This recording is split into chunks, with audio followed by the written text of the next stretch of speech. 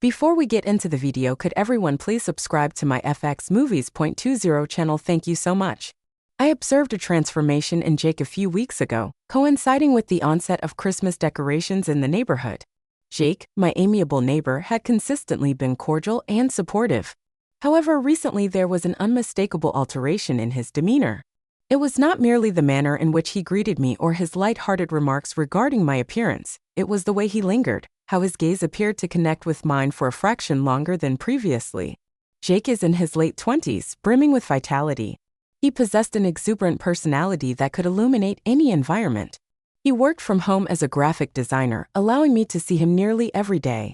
Our residences were divided by a modest fence, insufficient for privacy, and I frequently caught glimpses of him through the windows, whether he was sketching on his porch or enjoying a cup of coffee. There was an undeniable magnetism about him. His affable demeanor and contagious laughter drew people in, myself included.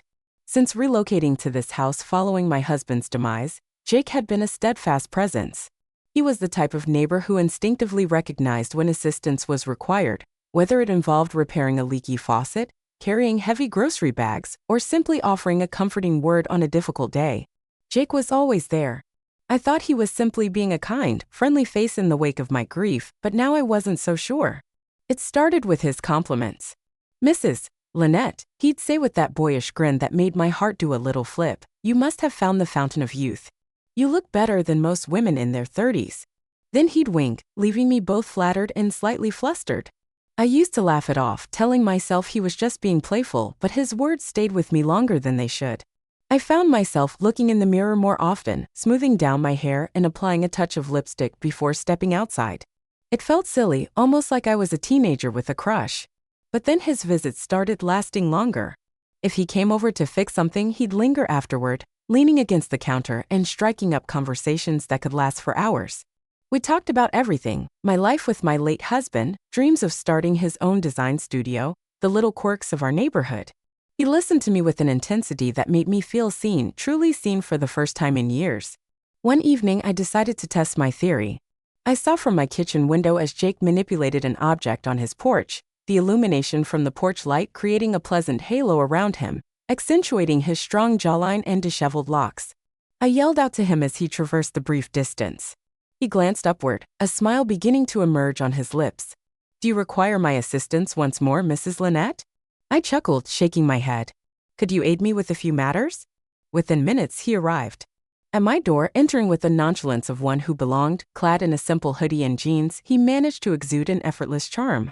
"What's the emergency this time?" he teased, his eyes glinting with mischief. I gestured towards the top shelf of my kitchen cabinet where a jar of sugar rested just beyond my reach. "I can't seem to access it," I stated, attempting to appear nonchalant. He grinned and shook his head while approaching the cabinet. "You could simply purchase a step stool," he remarked, effortlessly retrieving the jar. "What is the disadvantage in that?" I responded as I crossed my arms and leaned against the counter. He handed me the jar, his gaze lingering on mine for a minute. His mocking smile diminished. "You are merely concocting excuses to summon me, aren't you?" he inquired, his tone suddenly gentler and almost earnest. His words surprised me, causing a blush to flush my cheeks. "And what if I am?" I spoke, my voice barely audible above a whisper. His gaze met mine, and the playful banter between us transformed into something entirely different. The atmosphere became dense, charged with an unarticulated tension that neither of us dared to disrupt. For a fleeting moment, I contemplated whether he might step closer or utter something to bridge the chasm between us, but then the clock on the wall chimed, shattering the enchantment. Jake blinked, a subtle smile tugging at the corners of his lips. "Well, if you ever need an excuse, you know where to find me," he remarked, his voice imbued with an indefinable quality. Just like that, the moment dissipated. After his departure, I remained in the kitchen, fixated on the jar of sugar in my hands, my heart racing and my thoughts swirling with inquiries I was unprepared to confront.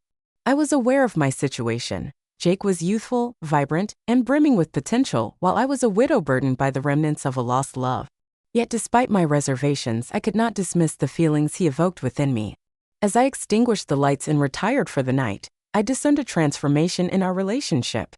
Whether this marked the inception of something profound or merely a transient experience remained uncertain.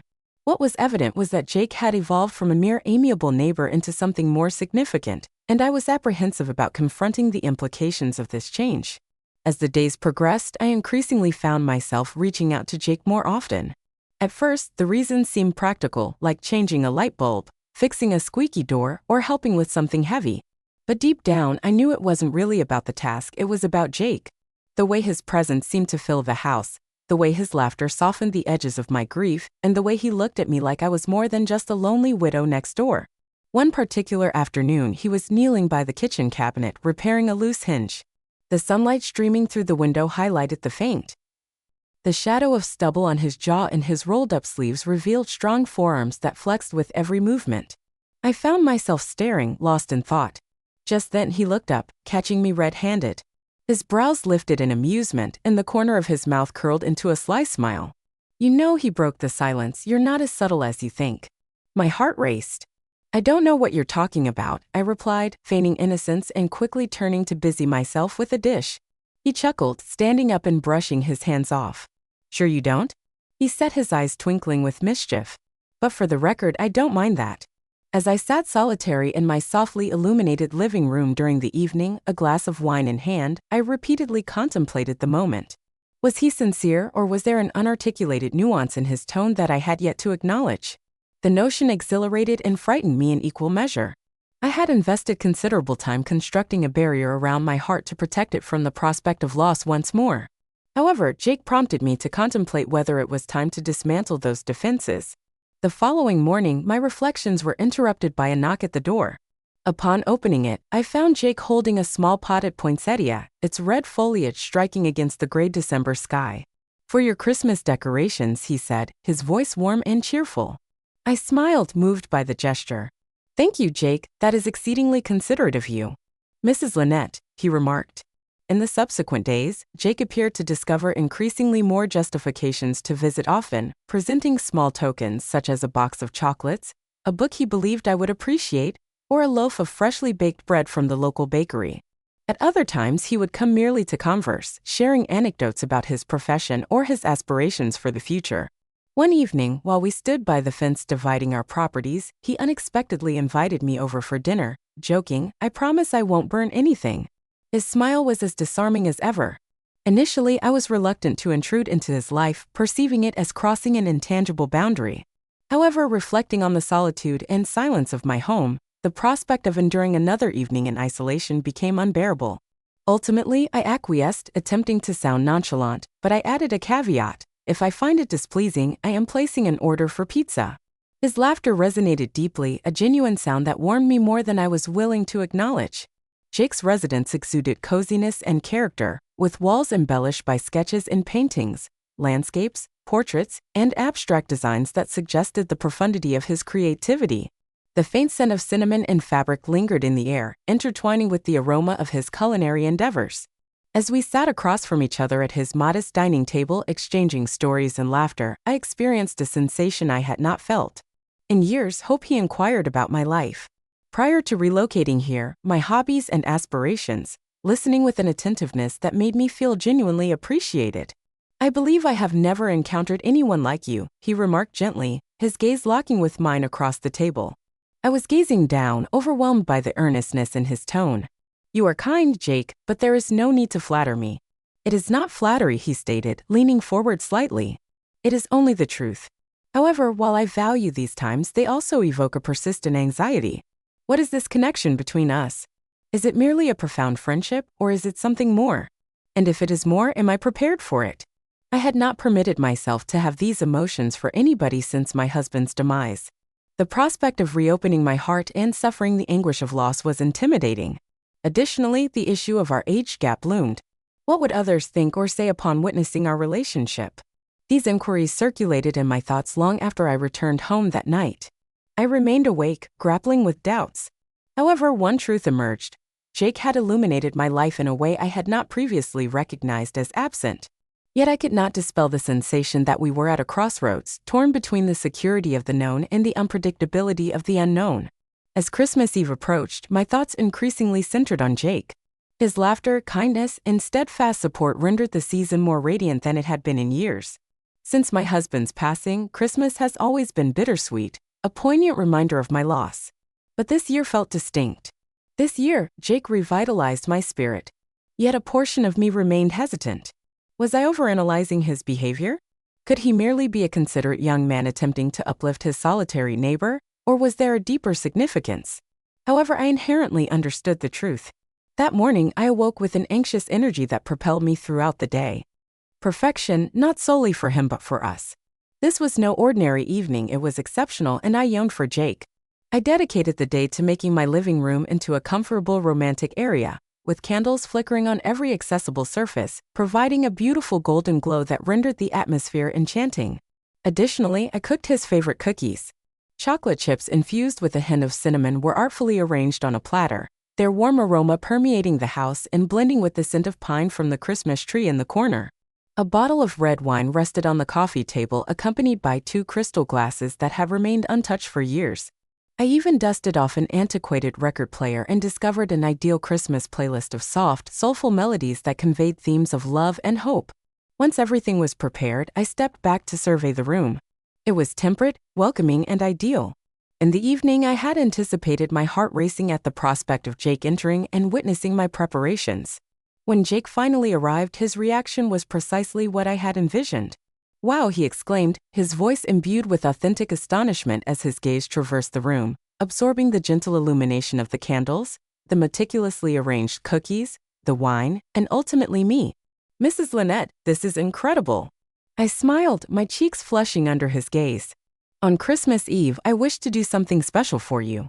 Your kindness, Jake, has exceeded your awareness, and I aim to demonstrate my gratitude for all you have done." He stepped closer, his expression softening. "You need not have gone to such lengths, but thank you. It is perfect."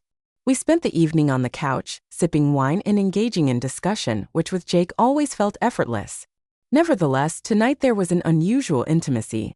There existed an unarticulated comprehension between us that rendered each word more significant. At one moment, the music transitioned to a languid, ethereal ballad, prompting Jake to rise and extend his hand. "Dance with me," he intoned, his voice soft and inviting. I hesitated, a nervous laugh escaping my lips. "I haven't danced in years." "Neither have I," he responded with a grin, "but I'm willing to risk it." His hand was warm and steady as I placed mine in his, and he drew me to my feet and into his embrace, where we swung together as we danced to the music. His hands gently rested on my waist while mine settled on his shoulders, sensing the strength beneath his shirt. We moved slowly, the world around us fading until it was merely the two of us. I could not recall the last time I felt so secure and valued.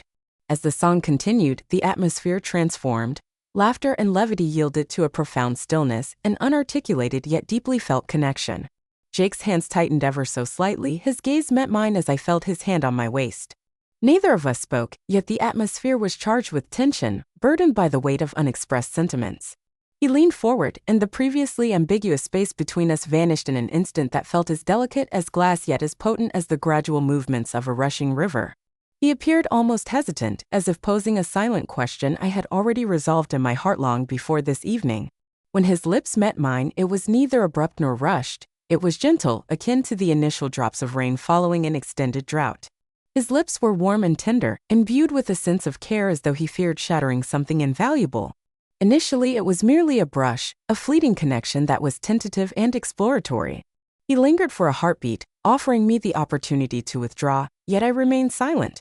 The room seemed to wrap itself around us, amplifying the rhythm of my heart, which was pounding so loudly I was sure he could hear it.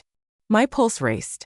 From the unexpected thrill of something beautiful beginning to bloom, as the kiss deepened, it wasn't hurried or demanding. Every movement was unhurried, every touch filled with care. It felt like he was taking the time to memorize the moment, to make it last longer than just now. His lips moved in a way that seemed to speak without words, as though telling me something he had kept inside for too long. A warmth spread through me, starting from the point where our lips met and flowing outward like sunlight breaking through clouds after a long storm.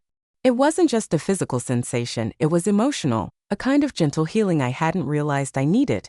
His hand lifted slowly, his fingers grazing my cheek. The touch was light, like a feather against my skin, but it shivered through me nonetheless. He cradled my face in his palm, his thumb softly tracing a line along my cheekbone, as if reassuring me that this was real, that we were here. There was no noise except the faint crackle of a candle burning nearby, its flickering light casting shadows that danced along the walls. Even the world outside seemed to hold its breath, as though respecting the sacredness of this moment. I found myself leaning into him, not just physically but emotionally, letting go of the walls I had carefully built around my heart. This wasn't about forgetting the past or pretending that pain hadn't existed. This was about stepping into something new that felt pure and hopeful. As his lips moved against mine, the kiss became an unspoken language, a way of communicating things words could never fully capture. It was filled with patience, with kindness, with a quiet promise that felt as steady as the ground beneath our feet. My hand, almost of its own accord, reached up to rest gently against his chest. I could feel the steady rhythm of his heartbeat beneath my fingers, strong and grounding. It matched the tempo of my own, a quiet synchronization that made me feel like we were somehow connected on a deeper level than I had thought possible. When the kiss finally broke, it wasn't abruptly ended like the closing of a favorite book. It was gentle, with the promise of more to come. He didn't pull away completely but stayed close, his forehead resting lightly against mine. Our breaths mingled, shallow and warm as we stood there, neither of us willing to move too quickly and break the spell. His eyes, when they met mine, were soft, filled with something unspoken but undeniably real. The room felt warmer, as though the candles had burned a little brighter just for us. His hand lingered on my cheek, a quiet reassurance that this wasn't a fleeting moment but the beginning of something neither of us had dared to hope for. For the first time in what felt like forever, my heart wasn't weighed down by loss or fear. It was light, buoyant, as though I had found a reason to beat a little faster, a little stronger. And as I looked into his eyes, I knew he felt it too. I began, my voice faltering as I searched for the right words to capture what I was feeling. Amazing, he finished softly, his voice carrying the same emotion that was written across his face. I nodded, a smile tugging at the corners of my lips, unable to fully contain the warmth that was spreading through me. Yes, I murmured, my voice steady now. It was in that moment, with the glow of the candles around us and the soft hum of music in the background, that I realized something. That night had changed everything for me. The kiss was not merely a physical act. It represented the inception of something genuine and beautiful. For years I had been ensconced in a self-imposed isolation, fortified by walls constructed after my husband's demise. These barriers were intended to shield me from pain, loss, and the potential for further heartache. Although men attempted to penetrate my solitude, I consistently resisted, not due to their lack of kindness or charm, but because I could not endure the thought of allowing anyone into a space still haunted by my past. I was not merely protecting my heart. I was safeguarding the memory of my late husband, clinging to it like a lifeboat amidst a tempest. However, with Jake, the dynamic was different. He did not intrude upon my defenses. He demanded nothing from me. Rather, he only remained, providing silent companionship and kindness until, without conscious awareness, I had allowed him to enter my life. He did not merely knock on the door of my heart. He subtly entered and made himself comfortable. As we sat together on the couch that night, the external world appeared to dissipate. The candles' glow softened our surroundings, and the gentle hum of Christmas music served as a backdrop to this unforeseen moment. Jake reclined, cradling his wine glass in one hand, and gazed at me with an expression that caused my heart to flutter. It was not merely admiration or attraction, it was something more profound, something that made me feel acknowledged in a manner I had not experienced in years. I always thought Christmas was overrated, Jake confessed, swirling his wine contemplatively. Until this year. I raised an eyebrow, intrigued. What is so different about this year? Our eyes locked, and for a moment he remained silent. Then, with a subtle smile, he replied. My breath caught in my throat. It was such a simple word, yet the sincerity with which he expressed it rendered me speechless. As the hours progressed, the reality of our situation began to infiltrate my thoughts, and I could not help but contemplate how society might perceive our relationship. I was an older widow with a wealth of experiences, but Jake was youthful, dynamic, and exuberant, prompting speculation and whispers from others behind our backs. They deemed it ludicrous, improper, or perhaps even disgraceful. The notion of becoming the subject of gossip was not unfamiliar to me. I had encountered it previously when I opted to reside independently following my husband's demise. This situation was distinct. This situation transcended my individual concerns. It pertained to us. Jake, I began to lower my gaze towards the wine and turned to confront him. Have you considered the potential opinions of others? He frowned slightly, as if this notion had never crossed his mind. Neighbors, friends, family. I gestured vaguely. People relish gossip, and we are hardly a conventional couple. Jake leaned forward, his expression sincere. Do you care about their perceptions? I hesitated before posing the question, surprising me. I suppose I have always had some degree of concern. I do not, he asserted resolutely. Allow them to speak, allow them. Regardless of external opinions, the paramount consideration is our mutual feelings. His words resonated with conviction, and as I gazed into his eyes, I recognized his determination. He was correct. Life is too brief to seek validation from others. For the first time in years, I experienced genuine happiness, and I was resolute in preserving it. As the evening progressed, neither of us appeared inclined to conclude it. The fire had reduced to mere embers, and the wine bottle was nearly depleted. Jake grasped my hand, his touch both warm and comforting. "Lynette," he murmured, "I am uncertain of what the future entails, but I am certain I wish to share it with you." His words filled my heart with elation, and before I could restrain myself, I leaned in and kissed him. This time I initiated the leap, closing the distance between us, and he reciprocated the kiss. I experienced a tranquility I had not encountered in years. "Wishing you a Merry Christmas, Lynette," he murmured against my lips as we finally separated. "Merry Christmas, Jake," I responded, my voice scarcely perceptible amidst the sound of my racing heart. That night marked the inception of something exquisite, something unforeseen, and although I was uncertain of its destination, I was unequivocally prepared to go on the journey.